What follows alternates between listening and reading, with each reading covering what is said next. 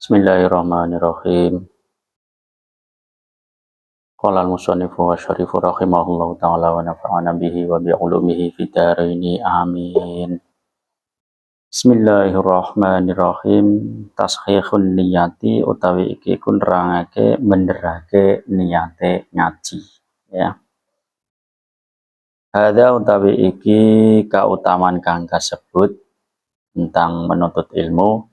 Idza qasada nalikane tatkalane niat utawa nejo sapa wong ya al ilaha ing golek ridhone Gusti Allah wa akhirah lan ganjaran akhirat bil ilmi kelawan oleh nguti ilmu wa ila lan lamun ora sejo mengkono-mengkono fala halaku mongko ta kerusakan tahassola iku dadi hasil apa halak wal yukhraman lan yakti den alingi sapa wong arfal jinani saking ya utawa ing gandane pira-pira swarga al-fakhirata kang banget wangine walias koton lan yang tinggu gugur temen sapa wong fidar kinarin ing dalem tingkatane neraka nazila khale mudun. Nah, jadi berikutnya tentang kemarin keutamaan orang yang menuntut ilmu begitu utamanya didoakan oleh semut bahkan hewan yang ada di laut mendoakan memintakan rahmat memintakan pengampunan ya di situ adalah ketika seseorang yang menuntut ilmu tadi ya tadi memang murni karena Allah Subhanahu wa taala murni untuk mencari ridhonya Allah Subhanahu wa taala untuk menghilangkan kebodohan mencari ridhonya Allah Subhanahu wa taala mencari keselamatan di akhirat atau karena tujuan-tujuan akhirat ya untuk memperbaiki yang ibadah untuk memperbaiki akhlak dan lain jadi hubungannya dengan perkara-perkara yang bernilai di akhirat ya itu ketika tujuannya seperti itu ya.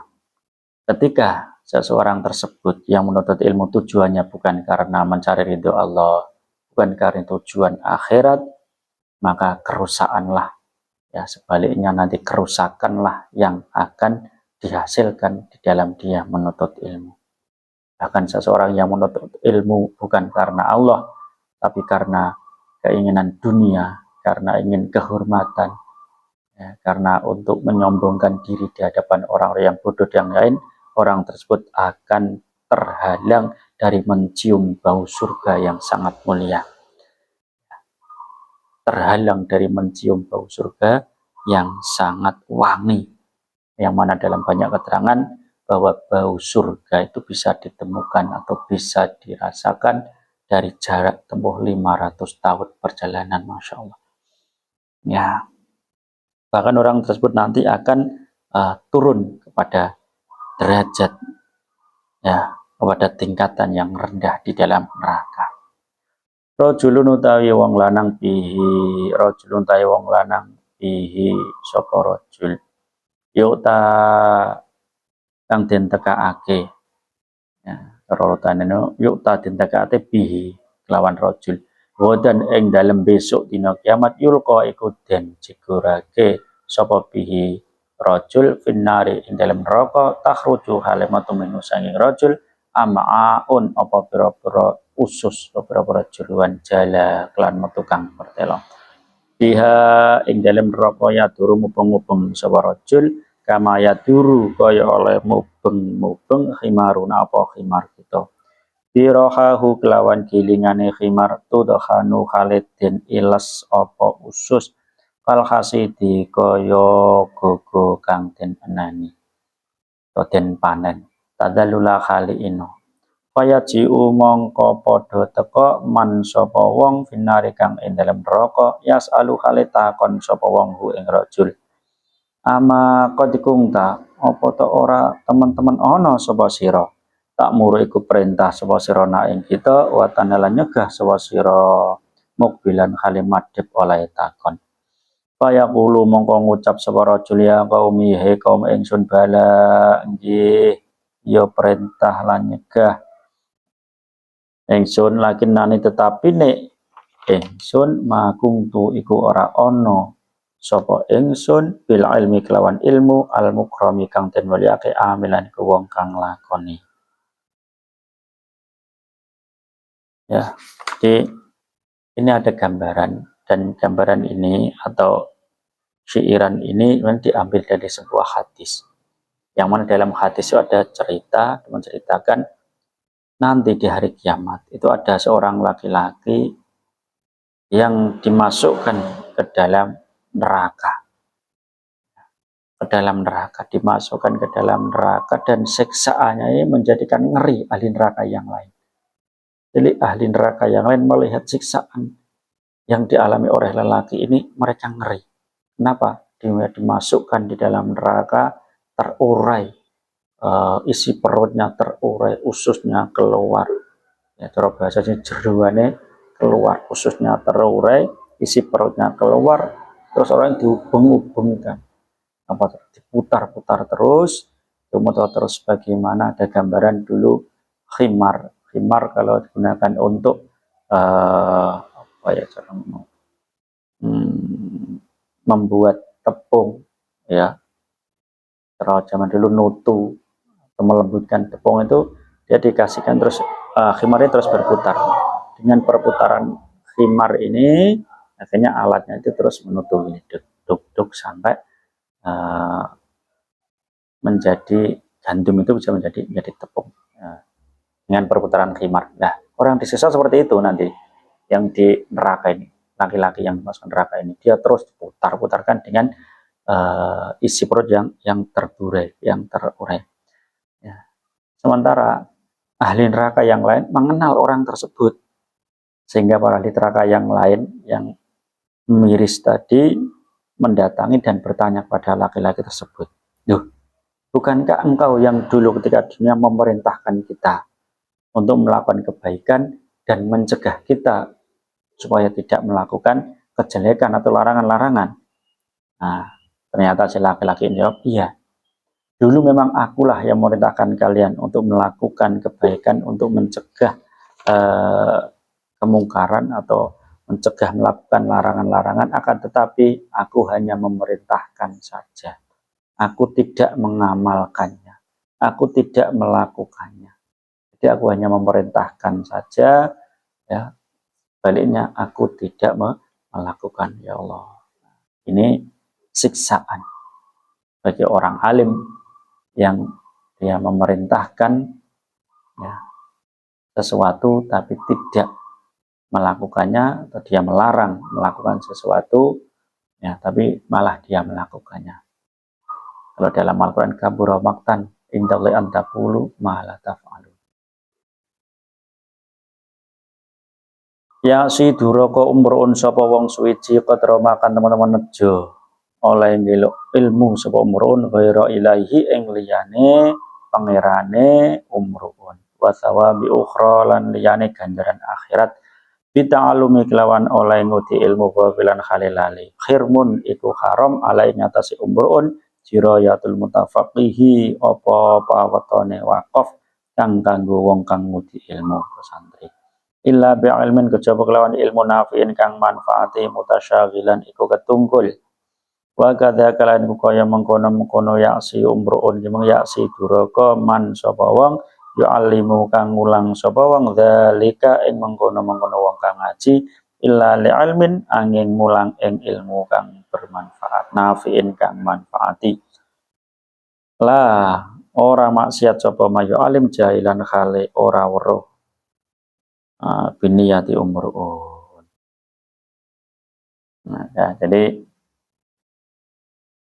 bahkan orang yang mencari ilmu, mengaji, menuntut ilmu, tapi dia punya niat selain mencari dunia Allah, mencari pahala akhirat, ya. Orang yang seperti itu, orang yang lupa dengan niat atau jalan mencari ilmu seperti itu, orang tersebut dikatakan maksiat. Ya.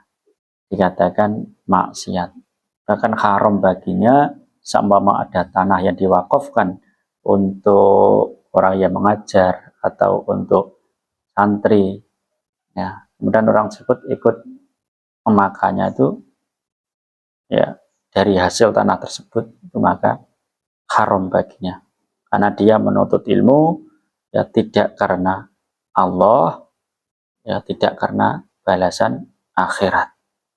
Nah, begitu juga ya, orang yang mengajar atau guru, dia juga maksiat, ya, yang mana ketika mengajar dia itu bukan karena Allah. Kalau tadi orang yang belajar, yang mengaji, kalau sekarang orang yang mengajar bukan karena Allah, ya, orang yang mengajar itu karena dunia, mungkin karena gaji, karena bayaran, atau karena yang lain, pokoknya dia tidak karena akhirat, tidak karena Allah Subhanahu wa taala, orang tersebut juga bisa maksiat, ya, bisa maksiat.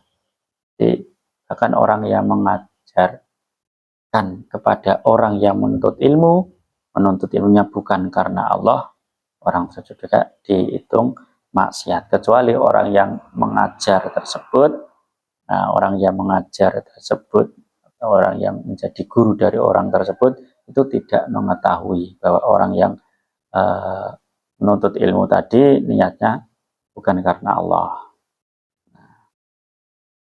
Kalamun utawi iku ana gunem alama ing atase barang yaksi tukang nejo sapa muta'alim kang belajar bil ilmi kelawan ilmu. Fa idza ra'a mongko tatelane weruh sapa man yu'alim muta'aliman wong kang ngudi ilmu, sapa mayu alim dadi wong sing ngajar atau guru, yakbu ingkang kang sosong sapa muta'alim ala syahwati ing atase pira-pira kasenengan mutabian tur nuruti hawa ing hawa nafsune muta'alim muamilan tur halin nindakake kang dadi syahwate mutakaliban lan lobo utawa grangsang to ambisi aiden kelawan maneh ala rawumid dunya ing atase nejo pira-pira dunya min ghairi minhajin saing tanpa ngliwati dalan mubahin kang den wenangake fa'ilan tur luput wicarane. Nah, awak ta'ata utawa teman-teman nekani sapa muta'alim ilma fardhu kifayah dan ilmu kang fardhu kifayah ing qabli fardil aini sadurunge nekani kang fardhu ain ilman apane ilmune wa tilalan jajal nglakoni. Walaqad tabayyana mongko nyekti teman-teman jelas mengkoro ini kali saking pira-pira tetengerting kae muta'alim kosdun apa sejo li ghairillahi krana liyane Allah fihi ing dalem tujuan dari kosdun jadi tagolola kang liwati sapa muta'alim wa gadzalan kaya mengkono-kono kang sinebut idza taraka tatkalane ninggal sapa muta'alim as-sholata ing salat jamaatan khali jamaah min ghairi udhrin saking tanpa udhur bal bi ayyataka sala balik sebab yen aras-arasen sapa muta'alim wa kadzakalan kaya mengkono-mengkono tarku salatil jamaah tarkun utawi ninggali muta'alim li rawatib maring pira-pira salat qobliyah ba'diyah atau salat sunat rawatib wa sunan lan pira-pira sunnah in uqidat lamun muakkad apa sunnah fa'lam mongko weruh sapa sira wa kulan ana sapa sira muta'ammila iku wong kang angen-angen. Nah, jadi ketika seorang guru mengetahui bahwa ada murid yang di situ suka menuruti hawa nafsu, ya dia suka mengikuti hawa nafsunya, juga dia itu sangat ambisi, ya, sangat gerangsang untuk mengumpulkan kekayaan dunia, untuk mengumpulkan perkara-perkara yang bernilai hanya di dunia saja, ya, tanpa jalan yang diperbolehkan, tanpa jalan yang mubah yang diperbolehkan, dengan cara mengumpulkan dia, ya, cara dia mengumpulkan harta dunia ini dengan ilmunya tadi dengan jalan yang tidak diperbolehkan, mungkin dengan cara haram atau yang lain. Nah, atau ketika dia menuntut ilmu, itu dia mendahulukan ilmu-ilmu yang fardu kifayah, ya, seperti ilmu siasah, ya, meninggalkan ilmu fardu ain. Fardu ain itu ilmu yang ya, cepatnya, yang harus untuk dilakukan. Contoh, ketika kita waktunya zuhur, kita waktunya sholat, ya, dan kita belajar ilmunya wudhu, ya, Kemudian kita belajar ilmunya sholat, itu adalah ilmu yang fardu ain untuk dipelajari, untuk dipelajari. Yang lain ilmu siasah dan yang lain itu hukumnya fardu kifayah. Siasah itu ilmu perpolitikan ya. Kalau diketahui seperti itu, falaqad tabayyana, dari tanda-tanda itu maka sudah jelaslah bahwa si santri tersebut atau orang yang menuntut ilmu tersebut itu bisa dikatakan, bisa dipastikan tidak karena Allah Subhanahu wa taala. Begitu juga ketika si santri, ketika orang yang menuntut ilmu itu dia meninggalkan sholat jamaah tanpa udzur, dia malas untuk melakukan sholat jamaah, ya, itu juga bisa sebagai tanda bahwa dia menuntut ilmunya bukan karena Allah. Atau orang tersebut suka meninggalkan sholat sunnah rawatib, sholat sunat qobliyah ba'diyah.